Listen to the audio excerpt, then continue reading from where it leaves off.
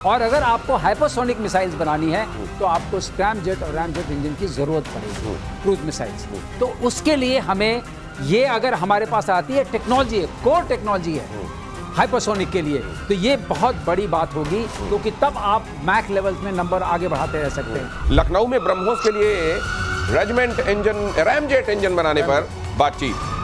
ये ramjet, scramjet आपको martial Srivastava हमेशा बताते रहते हैं, ये समझाएंगे आपको। ब्रह्मोस 2 के विकास को लेकर भी दोनों देशों में बातचीत।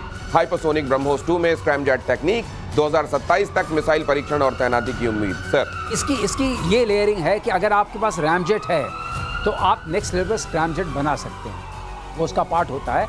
और अगर आपको हाइपरसोनिक मिसाइल्स बनानी है तो आपको स्क्रैमजेट और रैमजेट इंजन की जरूरत पड़ेगी, क्रूज मिसाइल्स।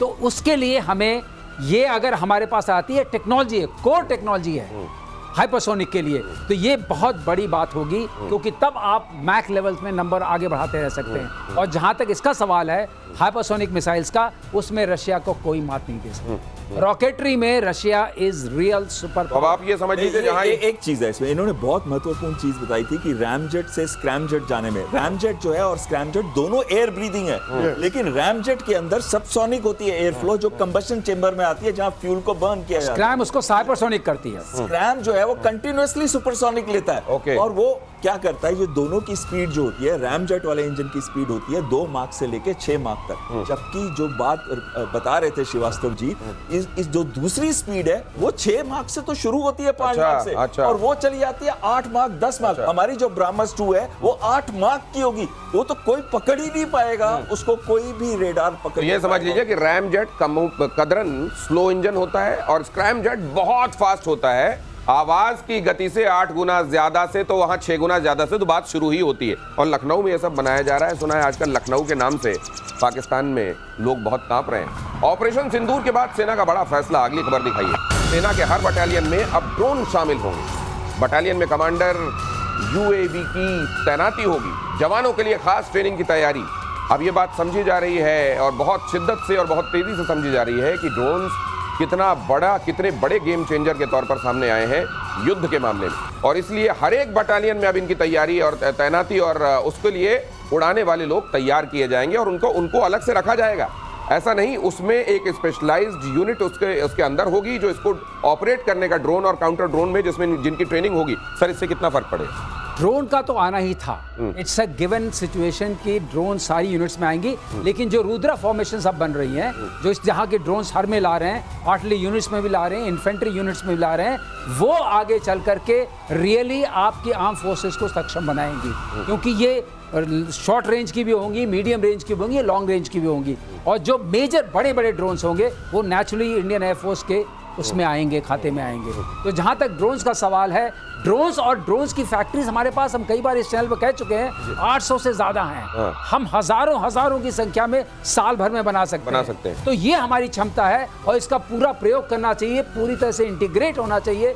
जब ये इंटीग्रेट होगा तब जो प्रहार होगा दुश्मन के ऊपर, हिम्मत नहीं पड़ेगी आने की, क्योंकि एसिमेट्रिक वॉरफेयर को आपने देख लिया है रशिया यूक्रेन वॉर में कैसे होता है। ये बात आपने एज अ कंसेप्ट कर दी, मैं अब आपको ग्राउंड रियलिटी बताता हूँ। ग्राउंड रियलिटी में मेरी पलटन के पास ऑलरेडी 5 ड्रोन हैं। आप मुझे और देंगे और जरूरत पड़ेगी, मेरी आर्टिलरी रेजिमेंट है, फिर भी हमने दिल्ली से खरीद कर भेजे हैं CSR एक्टिविटी में। और ऑपरेशन सिंदूर के टाइम उस पूरी डिवीजन में हमारी रेजिमेंट आउटस्टैंडिंग हुई, मैं नाम नहीं बता सकता, लेकिन आउटस्टैंडिंग हुई कि उसने पूरे डिव सेक्टर को कवर करके दिया कि कहां कैसे कोई मूवमेंट हो रही है या हमें कहां स्ट्राइक करना है। ड्रोन आज की जरूरत नहीं है, अब ये आपका इंटीग्रल पार्ट बन गया है। एक चीज बता दो, इससे आगे एक सेकंड, जो चाइना का जो ड्रोन्स का प्रोडक्शन है इस साल का 10 लाख ड्रोन्स प्रोड्यूस, ये देखना पड़ेगा आपको।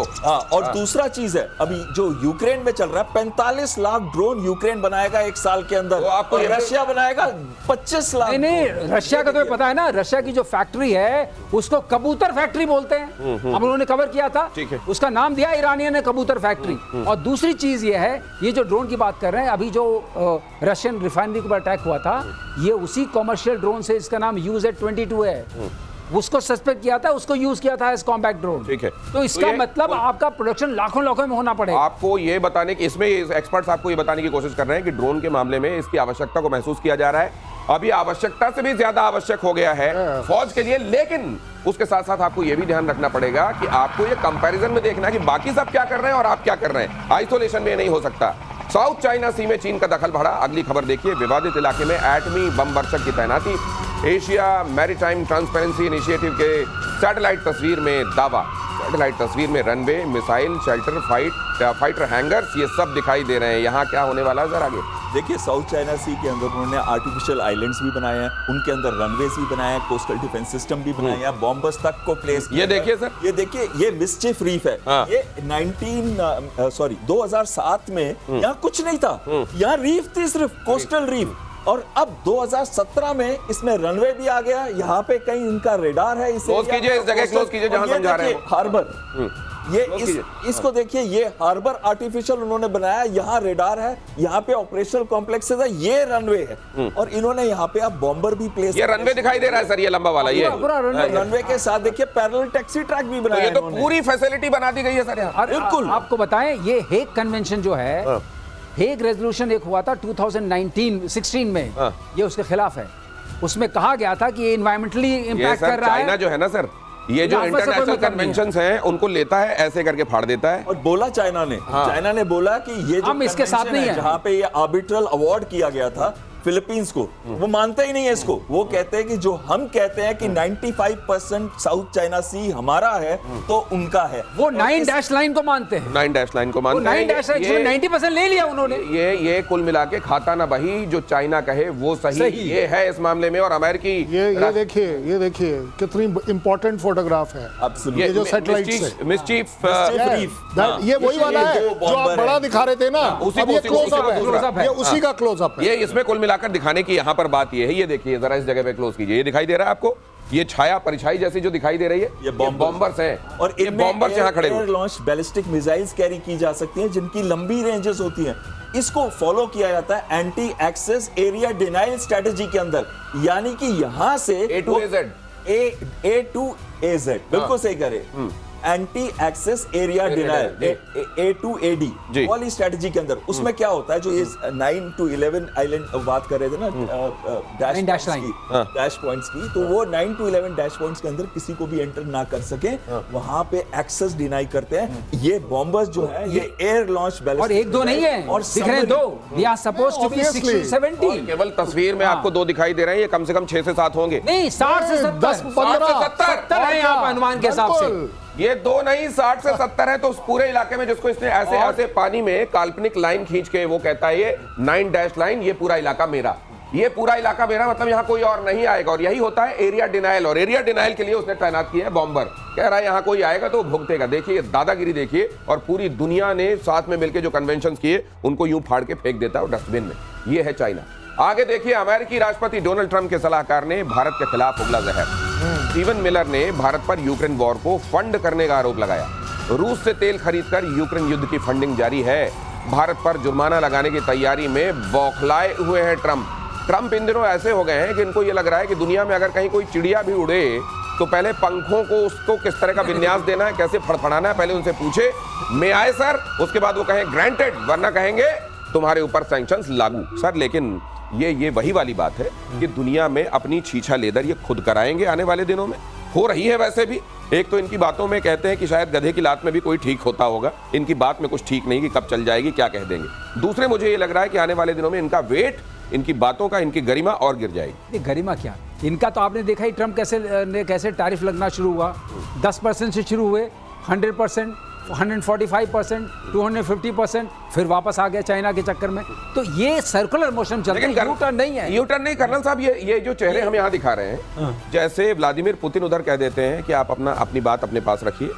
प्रधानमंत्री नरेंद्र मोदी भी दबाव में कोई काम करने वालों में से नहीं है, फिर भी ये चांस क्यों ले रहे हैं? अब आज की तारीख में आपने वर्ड इस्तेमाल कर लिया, गरिमा। इनकी गरिमा क्या है? इनकी गरिमा, जब ये यूक्रेन की बात कर रहे हैं, जहां पर ये फंडिंग कर रहे हैं, जहां पर हथियार दे रहे हैं, टोटल सपोर्ट दे रहे हैं, सारा का सारा एंटी एंटी रशिया का जो एजेंडा है वो सिर्फ यूक्रेन की वजह से है और तो कोई वजह दिख नहीं रही इस समय।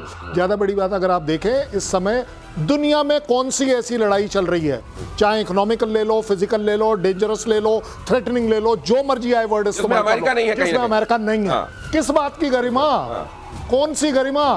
गरिमा नाम की लड़की वहां है ही नहीं। मैं आपको वैसे बता रहा हूं। शायद वहां किसी का शायद नाम ही हो सकता था, क्योंकि गरिमा असल में ट्रेड के तौर पर क्या है। लेकिन सर मैं एक बात जानना चाहता हूं, उसके बावजूद ये धमकाने वाला अंदाज क्या इसी तरीके से मेक अमेरिका ग्रेट अगेन होगा इनका माना? देखिए, मेक अमेरिका ग्रेट अगेन की तो बिल्कुल बात भी ट्रंप नहीं करते हैं। मेक ट्रंप ग्रेट अगेन वही वाला पूरा चल रहा है नैरेटिव। वो चाहते हैं कि उनको पीस प्राइज भी मिले, तो हम क्यों नहीं दे देते उनको पीस प्राइज? और हमारे ऑपोजिशन लीडर इतना क्यों पीछे पड़े हुए हैं कि वहां पे जहाज गिरे नहीं गिरे, ट्रंप ने ये बोला कि नहीं बोला, ट्रंप क्यों क्रेडिट ले रहा है? अरे भैया क्रेडिट लेने दो उनको, अरे क्रेडिट लेने दो उनको। भारत की तरफ से भी एक पीस अवार्ड दे दो, ताकि कम से कम हमारे ऊपर 15% से ऊपर टैरिफ तो न लगाए। लेकिन एक चीज कहना चाहता हूँ, ये सब बातें मजाक के अंदर सही है, लेकिन भारत को अपने बड़ी सीरियस बात चल रही है सर। बिल्कुल बिल्कुल सही है। और दूसरी चीज ये है कि उनका न्यूयॉर्क टाइम्स क्या कहता है कि ट्रंप फिट नहीं है प्रेसिडेंट बनने के लिए। सर ये खबर भी देख लीजिए जरा, क्योंकि टाइम हमारे पास लिमिटेड है। पाकिस्तान में नहीं, बलूचिस्तान में है तेल भंडार। लीजिए, बलोच नेता मीर यार बलोच ने ट्रंप को लिखी चिट्ठी कि असीम मुनीर पर ट्रंप को गुमराह करने का आरोप लगाया। उन्होंने कहा कि बलूचिस्तान अलग संप्रभु राष्ट्र है, उस पर पाकिस्तान का कब्जा है, बिना बलूच की सहमति के संसाधन का दोहन नहीं करने देंगे। इसका मतलब सीधा सीधा ये है कि अमेरिका वहां जाकर अगर वहां के नेचुरल रिसोर्सेज को लेने की कोशिश करेगा तो उसको रेजिस्टेंस भुगतना पड़ेगा।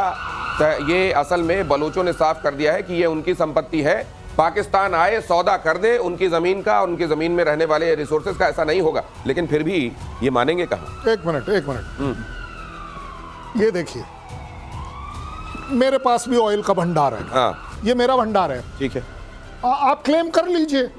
भाई साहब, ये भंडार आपका नहीं है, पहली बात। दूसरी बात, आपकी कंट्री पूरी दुनिया में दिखा रही है, कोई कढ़ाई में पानी रख के दिखा रहा है कि ये हमारा भंडार है, निकाल लीजिए इसमें से। मैं कहता हूँ चलिए हम तीनों निकाल लेते हैं, इसमें से कितना ऑयल मिलेगा आपको, ले लीजिए इसमें से ऑयल। देखिए, डिक्लेयर करना एक अलग बात होती है, लेकिन कैपेसिटी होना, उसको यूज करना, ये एक बहुत बड़ी बात होती है। और वहां बलूच ठीक पाए जाते हैं कि मेरे नीचे का तेल तू कैसे निकाल लेगा? तेल तो जब निकलेगा तब निकलेगा, लेकिन मुझको लगता है आने वाले दिनों में बलोच मुनीर का तेल जरूर निकाल देंगे। और हो ही नहीं रहा। बिल्कुल ठीक कह रहे हैं। पहली बात, एक बात और बता दे, बड़ी रिसर्च हो चुकी है। यूएस की कंपनीज यहाँ आई थी, उन्होंने मिलियंस ऑफ डॉलर स्पेंड किया था तेल ढूंढने में, तेल ढूंढ नहीं पाए और चले गए थे। तेल है कहाँ? तेल निकलेगा पाकिस्तानियों का, क्योंकि तेल नीचे है नहीं। ये देखिए, पंजाबी पाकिस्तानियों का तेल निकलेगा, क्योंकि मुनीर से बोलेगा लंच खाया था, दो भैया तेल। ये जो देखिए, इतनी देर के लिए उन्होंने, बहुत देर तक वो भी नहीं पकड़े रह सके, पाकिस्तान का तेल बताकर जिन्होंने मग्घा जो पकड़ा था। अगली खबर देखिए, रूस ने सुखोई 57 से दिखाया तबाही का ट्रेलर। अगली खबर, स्टेल्थ फाइटर जेट से हाइपरसोनिक मिसाइल का परीक्षण। अमेरिकी F-35 की जगह भारत ने भी सुखोई 57 में दिखाई है दिलचस्पी। F-35 को लेकर आप जानते हैं अमेरिका बड़ा एग्रेसिवली इसको चाह रहा था दुनिया भर में मार्केट करे, लेकिन किस्मत ऐसी कि हर जगह उसकी चीछा लेदर हुई है। और जब भारत को उसने आंख दिखाने की कोशिश की, सैंक्शन की बात और जो रूस से तेल क्यों ले रहे हैं और ये क्यों कर रहे हैं और वो क्यों कर रहे हो वाली बात की, तो सीधे सीधे कह दिया गया कि भाई साहब F-35 वाली डील जो है उसको गोल बना के अपने ड्रॉर में डाल लीजिए और उसको बाहर मत निकालिएगा फिर कभी। ये जो बात कह दी गई, अब ये सुखोई 57 लगभग तय माने सर? बिल्कुल लगभग तय मानना चाहिए। सुखोई 57 हो या 75 दोनों एक दूसरे के ही वर्जन है, बेटर वर्जन है Su 57। लेकिन साथ में मैं ये कहूंगा F-35 जो 1 महीने पहले तक रहा था, 1 महीने के लिए रहा था केरला के अंदर, गॉड जोन कंट्री के अंदर, जाना ही नहीं चाहता था बेचारा, बड़ी मुश्किल से भेजा उसको हमने। F-35 की ऑपरेशनल रिलायबिलिटी 54% है सिर्फ, यानी कि 2 जहाज लोगे तो 1 जहाज हवा में उड़ेगा। और तीसरी चीज आती है, उसकी कॉस्ट 100 से 110 बिलियन डॉलर आती है, जब 82 मिलियन डॉलर पे आप वेपन सिस्टम लगाते हो। तीसरी बात आती है, उसमें 2 ही चीजें अच्छी हैं। उसकी एक चीज अच्छी है कि उसका नोज प्रोफाइल से लेके साइड वाला प्रोफाइल जो है, उसका रेडार का सिग्नेचर बहुत कम है, सिर्फ ये अच्छी चीज है। और उसमें सेंसर जो इंटीग्रेशन है वो भी अच्छी है। सर ये कमाल की बात आपने बताई सर, लेकिन मेरे पास केवल 30 सेकंड बचे हैं हमारे दर्शकों को यह खबर बताने के लिए कि सीरिया में फिर से हिंसक झड़प हुई है। सुबेदा में ड्रूज और सीरिया सैन्य बलों के बीच में झड़प हुई। ड्रूज लड़ाकों ने युद्ध विराम का उल्लंघन किया, सरकारी ठिकानों पर ड्रूज लड़ाकों का हमला, एक सुरक्षा अधिकारी की मौत, कई घायल। और आपको ये पता होना चाहिए, हम लगातार आपको बता रहे हैं कि ड्रूज जो है उनको इजराइल का समर्थन मिला हुआ था। बिल्कुल सही, ड्रूज जो है वो जरूर करेंगे, इजराइल का पूरा समर्थन है, क्योंकि जब तक ड्रूज उनके सेना में भी हैं इजराइल की, तो तो ड्रूज का जो हिसाब किताब है वो जब जब उन पर अटैक होगा उनको इजरायली सपोर्ट से वो काउंटर अटैक करेंगे और इजराइल ये चाहता है कि जो सीमा लगती है वो बफर जोन बने ड्रूज के इलाका बन करके।